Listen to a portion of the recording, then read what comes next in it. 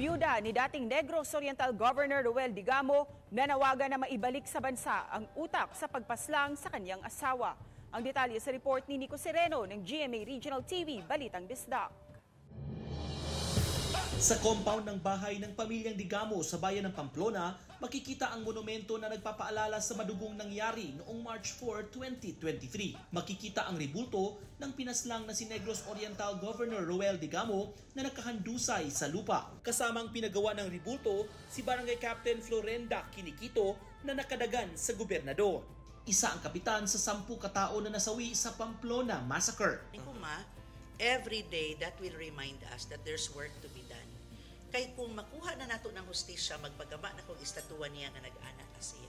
Umaasa ang biyuda ng gobernador na maibabalik na sa bansa ang umano'y utak ng pamamaslang. Anong makatilaw po sila nga, tagan po na yung lamok diri, no?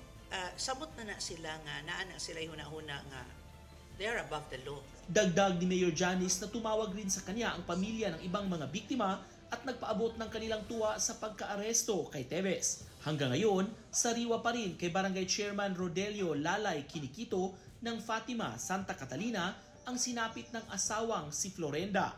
Nang makita ang ginawang rebulto ng asawa kasama si Governor Digamo, hindi niya napigilang maging emosyonal. Pag tindog ni Gobernador, itindog siya, muna kay pagliso ato niya itong pagkaigo. Sinusubukan pa rin ng GMA Regional TV na makuhanan ng pahayag ang kampo ng pamilyang Teves. Mula sa GMA Regional TV Balitang Bisdak, Nico Sereno nagbabalita para sa GMA Integrated News.